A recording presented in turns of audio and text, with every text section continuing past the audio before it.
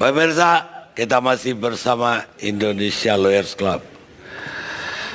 Sekarang giliran Nasir Abbas. Baik Pak Garni, terima kasih. Assalamualaikum warahmatullahi wabarakatuh. Ya,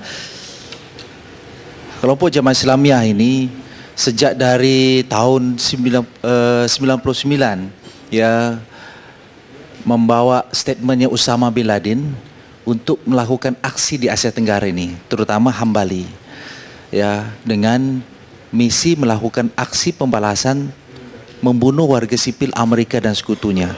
Disitulah mulai ada gejolak di dalam kelompok Jamaah Islamiyah itu sendiri. Sebagian setuju dengan statement tersebut, mereka sebut sebagai fatwa Usama bin Laden, sebagian tidak setuju. Nah, lalu kemudian belakang ini kita lihat bahwa Ustaz Abu Bakar Bashir yang kemudian dari JI masuk kepada MMI, lalu kemudian membentuk JAT. Nah, kemudian beliau menyatakan diri setuju untuk berbaiat kepada Abu Bakar Baghdadi. Ya, itu perubahan-perubahan yang kita melihat bahwa setiap kali ada sesuatu di Timur Tengah, Taliban menegakkan negara, setujulah sama Taliban. Al-Qaeda kemudian berkuasa, setuju sama Al-Qaeda. Ketika melihat ISIS juga kemudian mengembangkan sayapnya menjadi suatu kelompok yang berkuasa dan dapat menguasai wilayah-wilayah, mereka juga kemudian berpindah ke arah situ. Orangnya itu juga. Tadi Pak Karni tanya, ya, apa sasarannya? Sasarannya itu adalah sasaran barat dan sasaran lokal. Itu sasarannya. Sasaran lokal itulah pos polisi. Sebagai bukti tanda bahwa polisi ataupun lokal tetap menjadi sasaran. Ya, tandanya itu. Kemudian sasaran barat, yaitu Starbucks. Itu sebagai simbol barat. Ya, maka sebagai bukti bahwa mereka juga ingin tetap melakukan aksi terhadap barat. Itu sasarannya, Pak. Tetapi pesannya ini, pesan dari operasi tersebut, ya, pesan itu adalah kepada Indonesia dan juga kepada barat, ya. Nah, mengapa pesan itu kepada Indonesia sudah jelas. Sarinah adalah tempat yang strategis dekat dengan gedung-gedung pemerintahan Indonesia. Ya, apalagi tidak jauh dari Istana Negara begitu. Ya, selain itu sebagai tempat wisata, tempat belanja dan lain-lain, ya banyak perkantoran situ, tetapi jangan lupa itu dekat. Dan saya yakin bukan eksekutor itu yang kemudian menentukan sasaran tersebut, tapi ini ada pihak luar yang tahu ya apa bentuk strateginya, ya tidak lain ya yang ada di Syria. Nah, pesan lagi untuk memberi teror, menakutkan kepada barat adalah, ya mungkin ini belum ada yang menyebut ya, bahwa ISIS itu sangat membenci kepada PBB dan mereka tahu bahwa Amerika ada di balik PBB tersebut. Dan kalau kita membaca situs-situs mereka atau mungkin pesan-pesan mereka yang dimuat oleh orang-orang yang pro ISIS, mereka anti PBB. Dan jangan lupa di Sarinah itu dekat dengan kantor PBB. Begitu Pak Karni. Baik, kita mau ngomongin Ali Imran sekarang. Ustadz Ali Imran. Halo. Assalamualaikum Ustadz. Waalaikumsalam warahmatullahi wabarakatuh, Pak Haji Karni. Ustadz yang ada di dalam, bagaimana melihat yang terjadi di luar kemarin? Oke Pak Haji. Assalamualaikum warahmatullahi wabarakatuh. Saya hanya ingin supaya nanti apa yang saya sampaikan ini sesuai dengan fakta, kemudian kita bersama-sama untuk menanggulangi, mencegah supaya tidak terjadi lagi.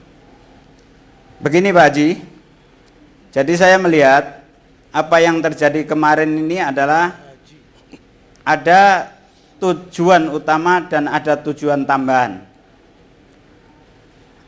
Tujuan utama tetap adalah untuk melaksanakan jihad fisabilillah sesuai dengan pemahaman mereka, yaitu para pelaku. Kemudian tujuan tambahan yang pertama, mereka mau menunjukkan eksistensi mereka ada di Indonesia. Di antaranya bahwa kami di sini ada, kami siap melakukan jihad, dan kami ini adalah calon daripada pemilik negara ini ketika nanti kami kuasai. Kemudian tujuan tambahan yang kedua, mereka ingin memperlihatkan kepada sejawat mereka yang ada dimanapun, khususnya yang ada di medan perang atau medan jihad, dan kepada mereka yang sering melakukan aksi jihad di mana-mana, bahwa kami di Indonesia juga mampu melakukan. Itu adalah tujuan tambahan yang kedua. Kemudian tujuan tambahan yang terakhir, mereka ingin menakut-nakuti dan menteror siapapun yang dianggap sebagai musuh mereka. Karena menurut ajaran mereka, akidah mereka, memberi ketakutan kepada mereka adalah amal soleh. Itu tujuan mereka melakukan aksi yang kemarin. Kemudian, ini saya yakin bahwa aksi ini adalah dalam rangka jihad fisabilillah. Maka menurut saya, sungguh aksi tersebut adalah memalukan. Memalukan yang pertama adalah kalau mereka ini memposisikan sebagai muslim mujahid. Muslim mujahid ini adalah derajatnya tinggi di hadapan Allah dan di hadapan manusia. Seharusnya mereka ini adalah menjadi pelopor, berbuat kebajikan, kemudian yang paling banyak melakukan amal soleh, kemudian mereka harus menunjukkan, harus mempelopori bahwa Islam ini menjadi rahmat bagi dunia, bagi alam semesta. Kemudian seharusnya mereka ini adalah menolong, membantu yang lemah, kemudian memberikan solusi terhadap permasalahan umat, dan memberikan contoh dalam kebaikan di segala lini. Seharusnya seperti itu. Kemudian memalukan yang kedua adalah jihad itu adalah perang. Kalau perang berarti harus ada musuh, harus ada kekuatan di depannya, harus ada kekuatan yang melawan, bukan menyerang sesuatu yang tidak bergerak, yang tidak tahu apa-apa. Itu bukan menyerang orang sipil, orang yang ada di kafe, bukan menyerang polisi yang ada di pos yang tidak tahu menau dalam urusan jihad yang dilakukan oleh mereka. Oleh karena itu, saya memandang dari sisi aksi, sebetulnya tentara Israel lebih mendingan. Karena apa? Tentara Israel ketika menyerang itu minimal mereka ini adalah pendemo, nah baru diserang. Tetapi yang terjadi kemarin itu sama sekali yang diserang ini nggak demo, nggak melawan, nggak apa. Nah itu yang memalukan yang kedua. Memalukan yang ketiga, sebetulnya mereka ini tidak mampu melakukan aksi jihad. Apa buktinya? Karena bom yang dipakai adalah sekelas petasan dan senjata yang dipakai adalah senjata rakitan. Itu.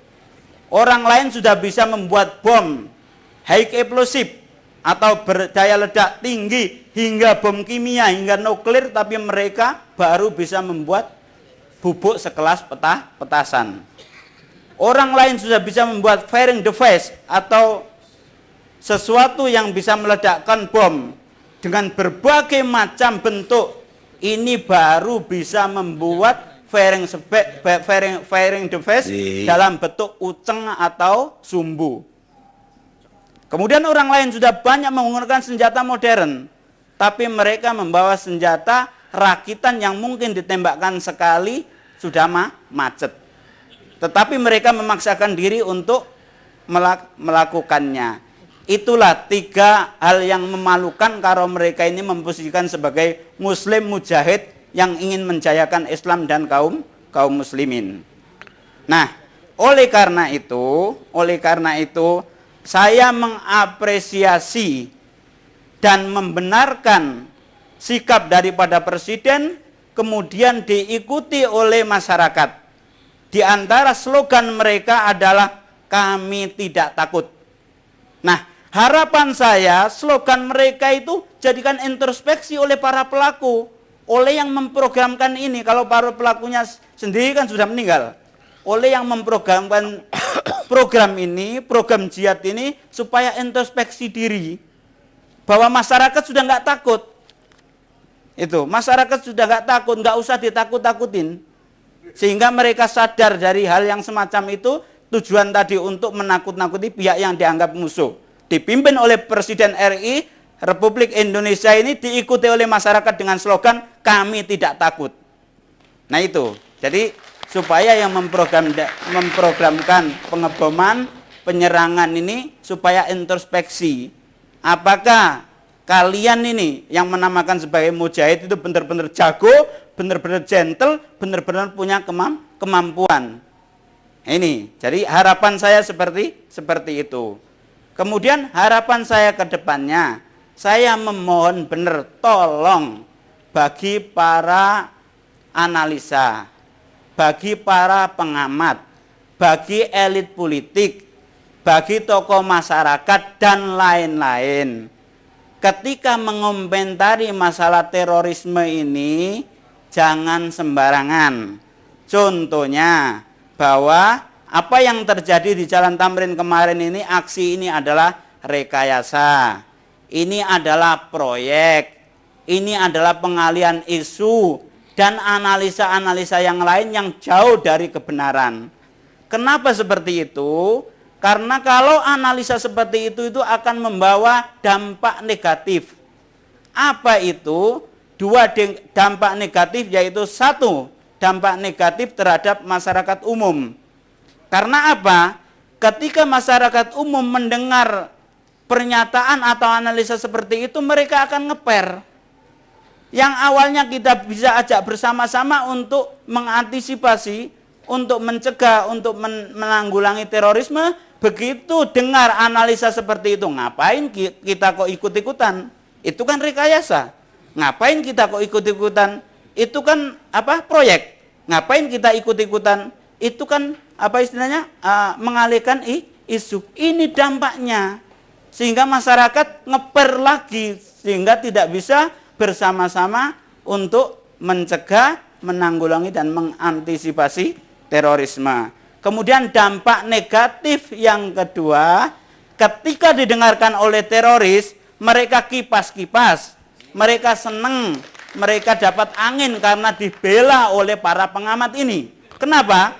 Karena sebetulnya teroris ini ingin mengalihkan isu, ingin mengalihkan suasana, supaya mereka tetap beraksi, tetapi masyarakat tidak percaya, sehingga tidak bersama-sama untuk mencegah, menanggulangi dan mengantisipasi aksi-aksi mereka.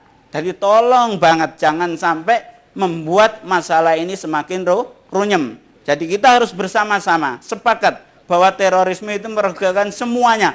Bahkan saya sendiri menganggap terorisme yang terjadi ini adalah merugikan jihad itu sendiri dan merugikan negara Islam yang sejak awal kami terlibat terorisme itu akan kami perjuangkan. Maka saya dari awal sampai sekarang dan sampai kapanpun bersama-sama, semuanya kita bersama-sama untuk menanggulangi itu. Terima kasih Ustadz Ali Imran. Sampai ketemu. Wassalamualaikum warahmatullahi wabarakatuh. Sekarang Ustadz Marsudi Suhud, teroris juga kali. Beliau Ketua PBNU. Ya, alhamdulillah tadi kita sudah mendengarkan pencerahan dari Akhina Ali Imran yang di dalam, yang pengalaman. Bahwa beliau itu sudah memperingatkan kita semua sekarang ini, khususnya mahasiswa ini, dan pemuda-pemuda di daerah, atau bahkan anak SMP, anak SMA. Nggak usah berpikir seperti yang kadang mungkin juga sering masih kita dengarkan, bahwa negara Indonesia ini masih disebut ada yang percaya negara tauhid. Negara tauhid itu negara yang tidak berketuhanan. Padahal wahai saudaraku, anak-anakku, pemuda-pemuda, baik yang NU atau yang belum NU. Ya. Bangsa Indonesia didirikan ini dulu oleh para kiai. NU Bahsul Masail mencari sumber-sumber kita bagaimana mendirikan Republik Indonesia ini. Maka ketika tahun 35 ini belum ada Republik Indonesia, itu sudah ada muktamar yang ke-11 bagaimana merencanakan membangun sebuah negara. kiai-kiai sepakat gampangannya bahwa bangsa Indonesia nanti yang kita bangun adalah bagaimana bangsa yang bertauhid. Maka sila pertama adalah ketuhanan yang Maha Esa. Itu artinya bangsa yang bertauhid. Yang kedua, karena ngurusi makhluknya Gusti Allah di muka bumi ini termasuk manusia, dan itu Al-Quran sebagai pijakannya, sebagai ideologinya adalah ideologi insaniyah, kemanusiaan. Kemanusiaan yang kayak apa? Yang adil dan beradab. Ini jelas tidak akan pernah bertentangan dengan Quran atau ajaran Islam. Yang ketiga, al-ukhuwah watoniyah, itu artinya persatuan bangsa Indonesia. Bangsa Indonesia ini terdiri dari suku, golongan, dan agama-agama. Kita lihat zaman Rasulullah membangun sebuah negara Madinah. Negara yang civilized, negara yang modern. Itu ketika itu Muslimnya ada dua kelompok. Kalau di Indonesia sekarang udah kelompok-kelompokan, udah banyak-banyak. Kelompoknya udah macem-macem. Kelompok apa saja? Ada muhajirin, ada ansor. Penduduk yang lainnya juga sama kayak di Indonesia. Ada muslim, ada nasrani, ada majusi. Majusi itu agama lokal, agama yang menyembah pagan atau api. Tapi juga ada Yahudi. Dari seluruh agama itu kemudian disatukan sebagaimana Republik dulu menyatukannya. Rasulullah membuat program namanya ta'akhuh, mempersaudarakan semua. Dicontek, dikopi oleh para kiai di Republik Indonesia ini, maka dibentuklah negara Pancasila. Negara Pancasila ini, wahai anak-anakku, ini adalah sudah ijtihadnya dulu para kiai mencari jalan yang terbaik. Ini adalah nggak usah memimpikan nanti saya ingin bentuk negara Islam atau negara ISIS atau negara apa. Karena sesungguhnya ideologi Pancasila ini tidak bertentangan dengan Islam.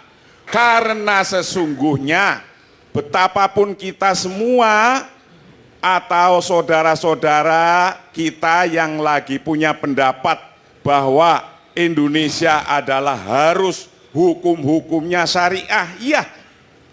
Ingat patokan yang paling utama bahwa ainama maslahah fathamma syar'ullah. Di mana saja kalau sudah ada kemaslahatan bagi manusia, mbuh itu Islam, Kristen, Muslim, sawaungkana, musliman audhimian, itu di sanalah syariat Allah, di sanalah hukum Allah. Hukum Allah adalah hukum yang menegakkan kemaslahatan. Maka adik-adikku dan semuanya, jangan terbius kepada pendatang-pendatang baru yang belum tentu sesuai dengan culture kita, budaya kita, bangsa kita, bangsa orang Islam Nusantara ini. Nah, kalau mereka hanya untuk bikin bom deles saja itu mencuri, apalagi merampok, apalagi menghalalkan ngambil miliknya orang lain, itu semua contrary with the Islamic teaching. Hadirin hadirat. Kalau kita beri waktu, Ustadz tuh sama dosen itu sama saja. Biasa khotbah 2 jam, dia pikir 2 jam juga bisa di sini. Sini 5 menit paling banyak. Kita lihat sejenak.